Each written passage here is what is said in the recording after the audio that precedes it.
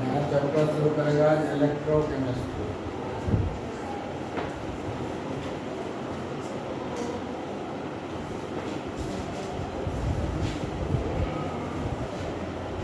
ठीक है, इलेक्ट्रोकेमिस्ट्री पढ़ेंगे।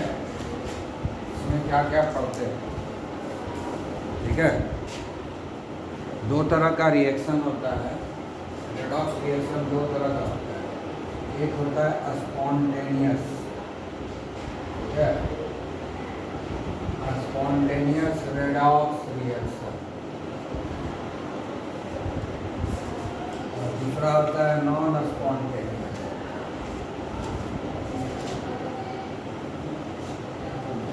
Non spontaneous redox reaction.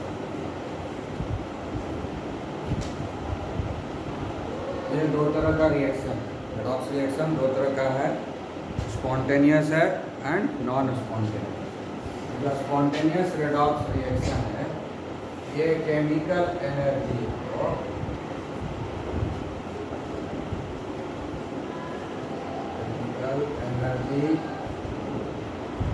Transform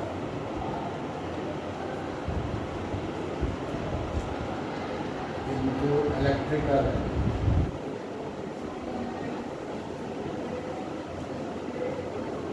ठीक है, और ये जो नॉन स्पॉन्टेनियस रिएक्शन है, ये इलेक्ट्रिकल एनर्जी को ट्रांसफॉर्म करता है, transform into chemical energy.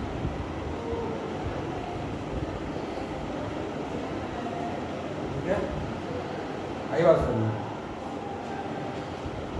Spontaneous reaction का जो एग्जाम्पल है, ठीक है ना, उसको बोलते हैं हम लोग electrochemical reaction. Electrochemical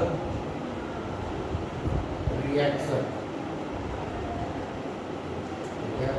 non spontaneous reaction का नाम है electrolysis.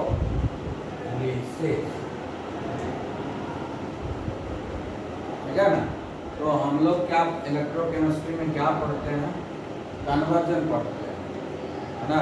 Conversion of chemical energy into electrical energy and electrical energy into chemical energy and the what are the factors that can affect this transformation. और जो factors है और जो इसका use है, उस सभी चीज़ को हम लोग, अब ये जब ट्रांसफॉर्मेशन होता है इलेक्ट्रिकल एनर्जी से केमिकल एनर्जी, केमिकल एनर्जी से इलेक्ट्रिकल एनर्जी, इसका क्या क्या बेनिफिट हमको वो पढ़ते हैं, क्या क्या factors, what are the factors that affect this transformation. We study all those type of factors also, है ना, दैट मॉडिफाई और अफेक्ट्स दिस ट्रांसफॉर्मेशन। ठीक है, so electrochemistry is nothing but it's a science in which we study the transformation of chemical energy into electrical energy and vice versa. That means electrical energy into chemical energy and the processes by which it get converted into one another and the factors what are affects these processes. ये सब चीज़ों को हम लोग पढ़ते हैं electrochemistry. ठीक है, आया बात समझ। तो इलेक्ट्रोकेमिकल रिएक्शन ज़्यादा इम्पोर्टेंट है, तो इस चीज़ को बहुत बार पढ़ चुके हैं, है ना। तो अब इसमें स्पॉन्टेनियस क्या है और नॉन स्पॉन्टेनियस क्या है, इसको हमने लिखा है कि स्पॉन्टेनियस। इलेक्ट्रोकेमिकल रिएक्शन को हम क्या लिखेंगे? स्पॉन्टेनियस रेडॉक्स रिएक्शन में। और इसको हम लिख रहे हैं कि नॉन स्पॉन्टेनियस है ना। स्पॉन्टेनियस तो हम इस रूप में ले सकते हैं कि जैसे कोई बच्चा है, वो पढ़ने वाला बच्चा है, उसको सिर्फ हम एक डायरेक्शन दे देंगे, ऐसे करना है, ऐसे करना है, वो तब तक वो पढ़ते रहेगा, तब तक वो मेहनत करेगा, जब तक कि उसको सक्सेस नहीं मिलेगा, तब तक वो उसमें वो एफर्ट्स लगाते रहेगा। दोबारा हमको बोलने की ज़रूरत नहीं है, उसको बस एक बार मोटिवेट कर देना है, तो तुमको ये करना है, ऐसे करना है, उसको प्लानिंग दे देना है और उसको जो है गोल बता देना है कैसे चलना है, वो चलता रहेगा, फिर दोबारा हमको बोलने की ज़रूरत नहीं है, वो स्पॉन्टेनियस। दूसरा बच्चा होता है, उसको समझाते रहते हैं, उसको कभी थप्पड़ लगाते हैं, कभी डांट लगाते हैं, कभी डंडा लगाते हैं, है ना। उसको सुबह शाम दोपहर जो है पिंच करते रहना पड़ता है, पढ़ो पढ़ो, बनाया ये, वो बनाया, ये बोले थे, वो किया, वो है नॉन स्पॉन्टेनियस। वो हो गया नॉन स्पॉन्टेनियस। स्पॉन्टेनियस का मतलब होता है कि उस रिएक्शन को या तो ऑटोमेटिकली स्टार्ट हो जाता है किसी को देख के ही मोटिवेट होकर, या उसको एक बार उसके रिएक्शन को स्टार्ट करना पड़ता है और वो रिएक्शन तब तक कंटिन्यू रहता है जब तक कि जो इंग्रेडिएंट आपस में इंटरेक्ट कर रहा है वो एग्जॉस्ट नहीं हो जाए। आई बात समझ में? तो स्पॉन्टेनियस रिएक्शन क्या हो गया, उसको एक बार स्टार्ट करने की ज़रूरत है। उसको हम अगर शुरू कर देते हैं तो वो रिएक्शन तब तक चलते रहता है जब तक कि उसका सारे के सारे इंग्रेडिएंट्स उस केमिकल रिएक्शन में कंज्यूम ना हो जाए। उसको बोलते हैं स्पॉन्टेनियस रिएक्शन।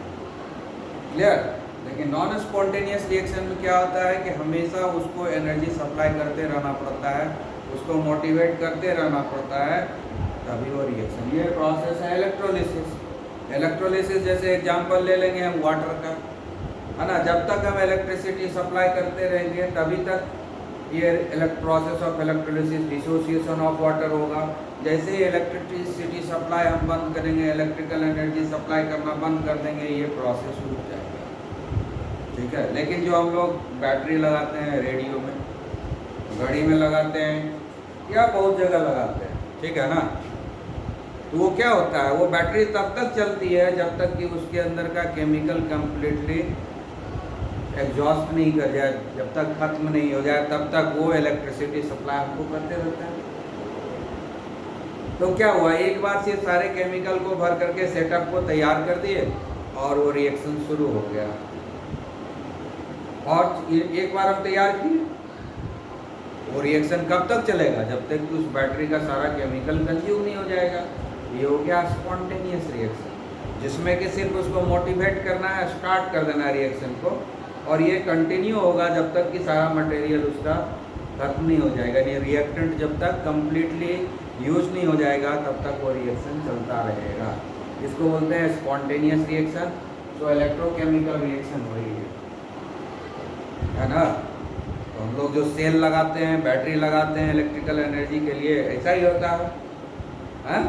बना कर तैयार, कंपनी तैयार कर देती है, हम लोग घर में यूज़ करते रहते हैं। कब तक यूज़ करते हैं, जब तक कि उसके अंदर केमिकल रिएक्शन फिनिश नहीं हो जाए, तब तक वो हमको इलेक्ट्रिसिटी सप्लाई करते रहता है।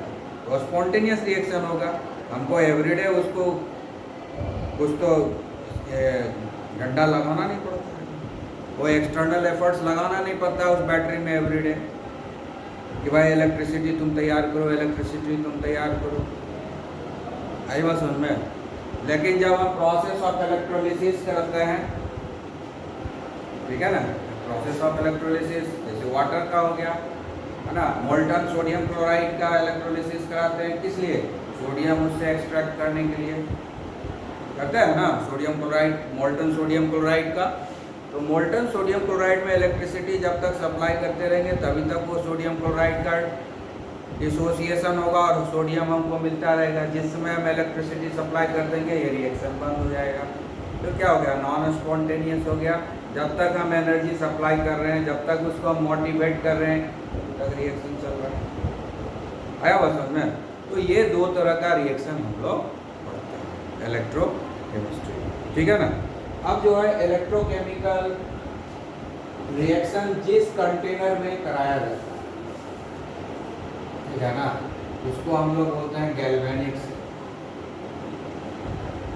गैल्वेनिक, ठीक है। और जिस कंटेनर में इलेक्ट्रोलिसिस को कराया जाता है उसको हम बोलते हैं इलेक्ट्रोलाइटिक्स, ठीक है। इलेक्ट्रोकेमिकल सेल हो गया, गैल्वेनिक सेल हो गया, इसको वोल्टेइक सेल भी बोलते हैं। गैल्वेनिक सेल को जो है वोल्टेइक सेल, ठीक है, वोल्टेइक सेल हो गया, ठीक है। ये सब नाम है जिस कंटेनर में हम कराते हैं, जिस कंटेनर में इस इलेक्ट्रोकेमिकल रिएक्शन को करवाते हैं, उस कंटेनर को, उस सेटअप को ना, वो एक सेटअप तैयार करते हैं, सिर्फ वो कंटेनर थोड़ी है, उसके उसमें एक सेटअप तैयार करते हैं, जो पूरा सेटअप है उसको हम लोग बोलते हैं गैल्वेनिक सेल और वोल्टेइक सेल, ठीक है। और जिस सेटअप में हम इलेक्ट्रोलिसिस कराते हैं, इसका भी एक सेटअप है, उसको हम लोग बोलते हैं इलेक्ट्रोलाइटिक सेल, ठीक है। समझ में आ गया? हाँ, आप जैसे तो ये क्या है, एक तरह का रेडॉक्स रिएक्शन है। रेडॉक्स रिएक्शन किसको बोलते हैं? जिसमें रिडक्शन और ऑक्सीडेशन एक साथ होता है, जिसमें रिडक्शन और ऑक्सीडेशन एक साथ होता है, उसको हम लोग बोलते हैं रेडॉक्स रिएक्शन। क्लास 11 में इसको पढ़ चुके हैं। लॉस ऑफ इलेक्ट्रॉन, जहाँ हो रहा है वहाँ ऑक्सीडेशन, जहाँ गेन ऑफ इलेक्ट्रॉन हो रहा है वहाँ रिडक्शन। और दूसरे तरीके से डिफाइन कर सकते हैं, अगर ऑक्सीडेशन नंबर बढ़ रहा है तो ऑक्सीडेशन, अगर ऑक्सीडेशन नंबर डिक्रीज कर रहा है तो रिडक्शन, ठीक है ना। जब इलेक्ट्रॉन का लॉस होता है तो ऑक्सीडेशन नंबर बढ़ता है ना, तो जब ऑक्सीडेशन नंबर बढ़ा तो ऑक्सीडेशन, ऑक्सीडेशन नंबर अगर डिक्रीज कर गया तो रिडक्शन।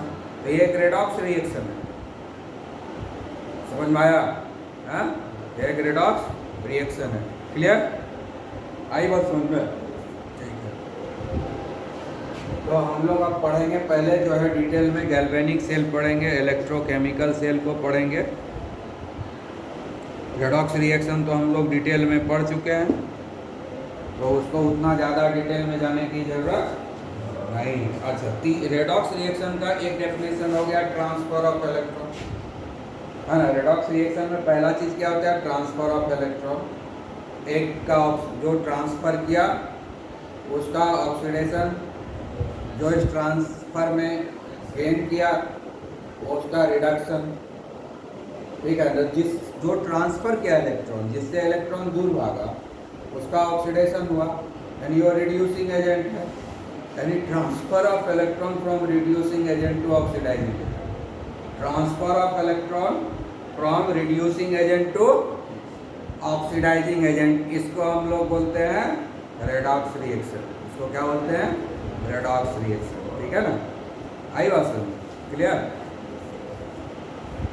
अब 2-3 डेफिनेशन हो गया ना, तीनों याद रखोगे ना। Transfer of electron from reducing agent to oxidizing agent, ठीक है।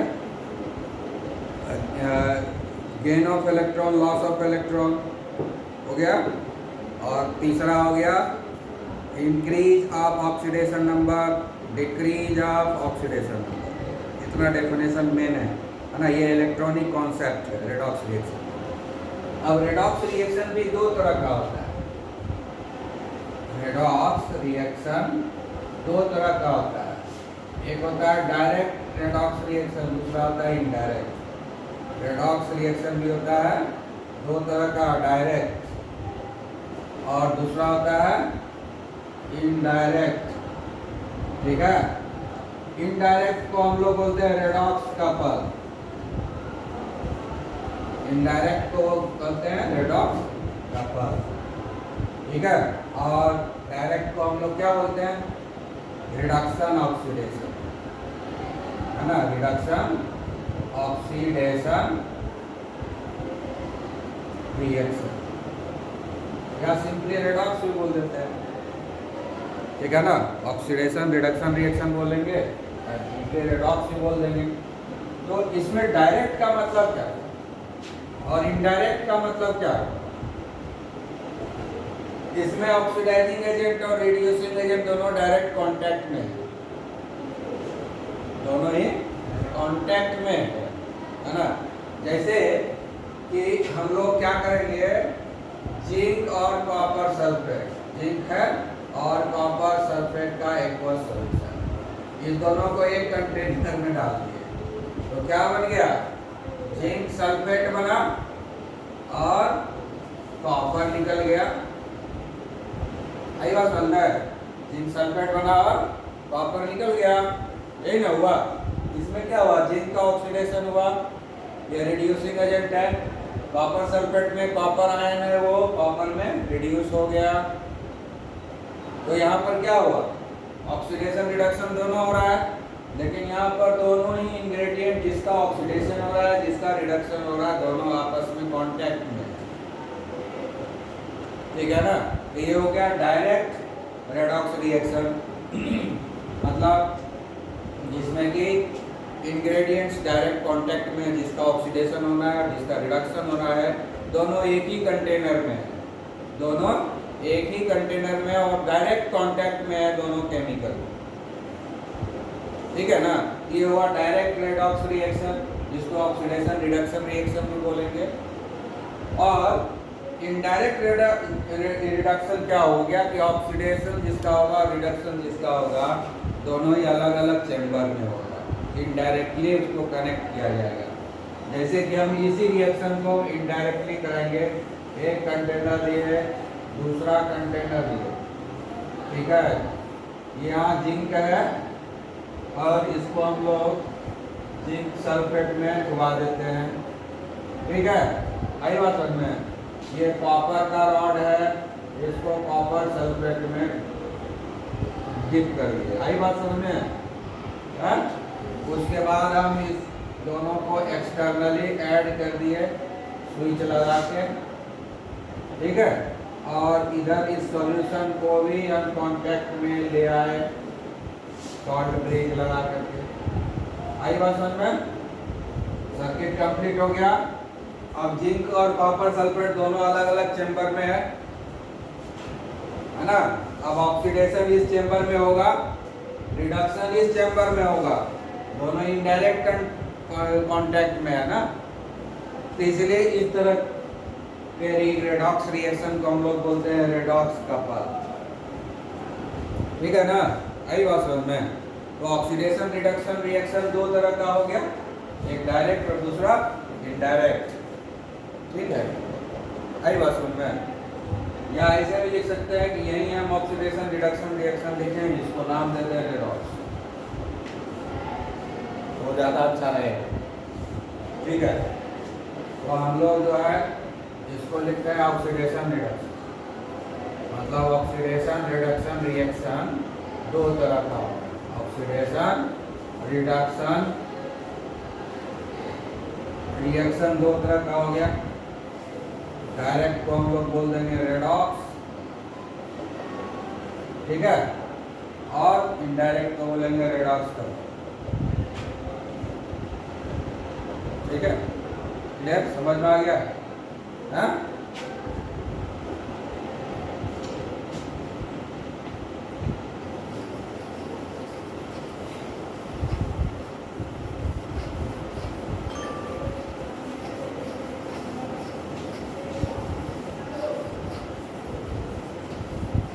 अब जो है हम लोग पहले पढ़ेंगे इलेक्ट्रोकेमिकल सेल, ठीक है।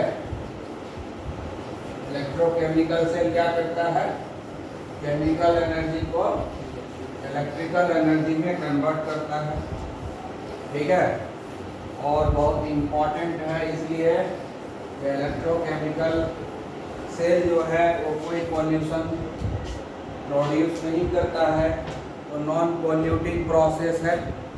तो आज के मॉडर्न एज के हिसाब से वो सूटेबल है। कोई भी जनरेटर चलाते हैं तो उसमें पॉल्यूशन बहुत होता है, क्योंकि डीजल पेट्रोल यूज करेंगे, कैरोसिन ऑयल यूज करेंगे।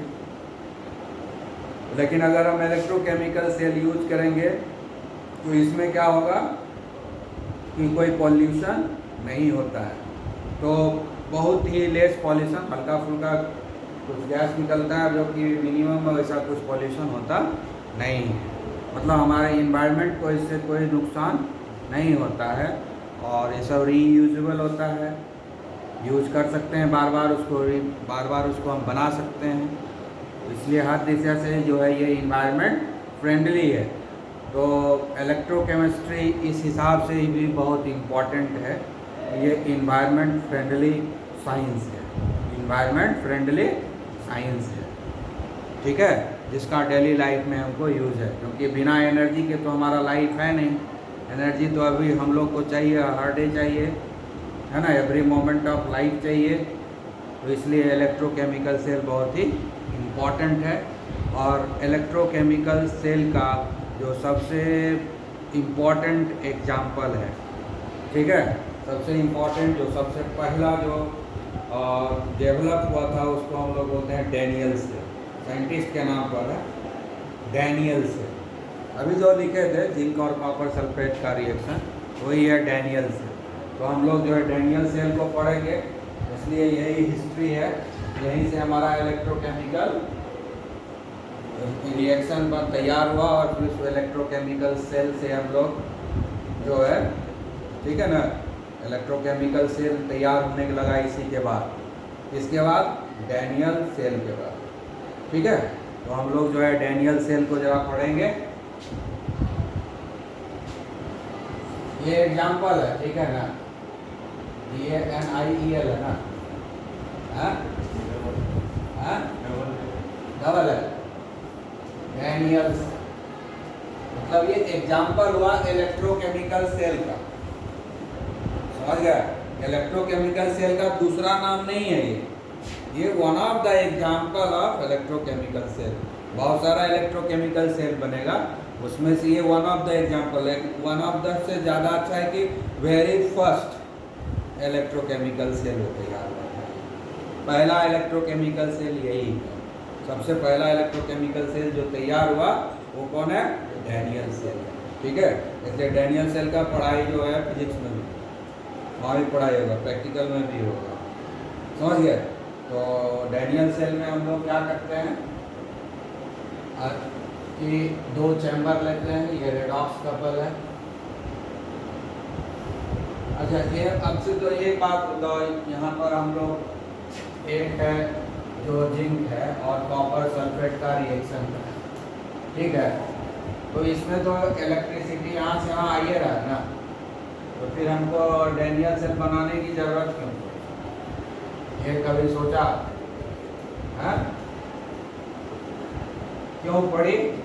आप देखो पता चलेगा क्यों पड़ी। जिंक है, ये कॉपर आयन हो गया, ये जिंक आयन हो गया और ये कॉपर, तो जिंक से जिंक आयन बना और कॉपर आयन से कॉपर बना। तो इसमें लॉस ऑफ इलेक्ट्रॉन हुआ, यहाँ पर ऑक्सीडेशन हुआ और यहाँ पर रिडक्शन हुआ, ठीक है। तो यहाँ पर लॉस ऑफ इलेक्ट्रॉन हुआ ऑक्सीडेशन में, ये लॉस किया और जितना ये लॉस किया ये कॉपर आयन उतना गेन हुआ, ट्रांसफरेंस ऑफ इलेक्ट्रॉन हुआ, रिडॉक्स हुआ। लेकिन क्या हुआ, ये सॉल्यूशन के अंदर ही हो गया ना, डायरेक्ट कांटेक्ट में है, सॉल्यूशन के अंदर ही हो गया ये ट्रांसफर ऑफ इलेक्ट्रॉन। तो बाहर तो आया नहीं है इलेक्ट्रिसिटी, जिसको कि हम यूज़ करें पंखा में, बल्ब में या और भी किसी इलेक्ट्रिकल अप्लायंसेस में, ठीक है ना। तो यहाँ पर क्या हो गया, ये electrical energy as a heat energy बर्बाद हो गया, है ना। इस रिएक्शन को जब हम कराएंगे तो पूरा जो कंटेनर है वो हॉट हो जाएगा, क्योंकि वहाँ जो ट्रांसफर ऑफ इलेक्ट्रॉन हो रहा है वो विद द लिक्विड हो रहा है और वो बाहर तो आ नहीं रहा है। और लिक्विड में जानते हो कि वो जो है इलेक्ट्रॉन को जाने में रेसिस्टेंट प्रोड्यूस करता है, दिक्कत करता है। तो जहाँ रेसिस्टेंस हाई हो जाएगा हीट एनर्जी काफ़ी ज़्यादा रिलीज होता है ना। रेसिस्टेंस के चलते ही ना हीट एनर्जी आता है। तो जिसके चलते जो है वो कंटेनर जो होता है जिसमें एक केमिकल रिएक्शन करवा रहे हैं वो पूरा हॉट हो जाता है, ठीक है। तो वहाँ पर electrical energy as a heat energy बर्बाद हो गया। तो इसीलिए हम क्या करेंगे, वहाँ जो इलेक्ट्रिकल एनर्जी प्रोड्यूस हो रहा है उसको हम एक्सटर्नल सर्किट के थ्रू हम घुमा देंगे और उसको यूज करके फिर वापस जो है सेल में ही भेज देंगे, समझ गया ना। इसीलिए रेडॉक्स कपल जो है अरेंजमेंट तैयार किया गया। उस रेडॉक्स कपल का पहला एग्जांपल है डैनियल सेल, ठीक है। तो हम लोग डैनियल सेल बना रहे हैं।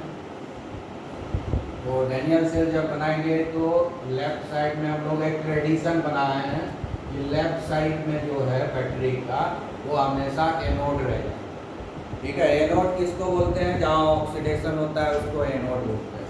तो लेफ्ट साइड में जो है हम लोग एनोड बनाएंगे। इलेक्ट्रोकेमिकल सेल जो बना रहे हैं लेफ्ट साइड में एनोड बनाएंगे।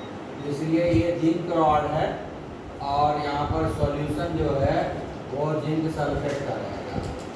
ठीक है, ये जो सॉल्यूशन किस चीज का है, जिंक सल्फेट का है। ठीक है,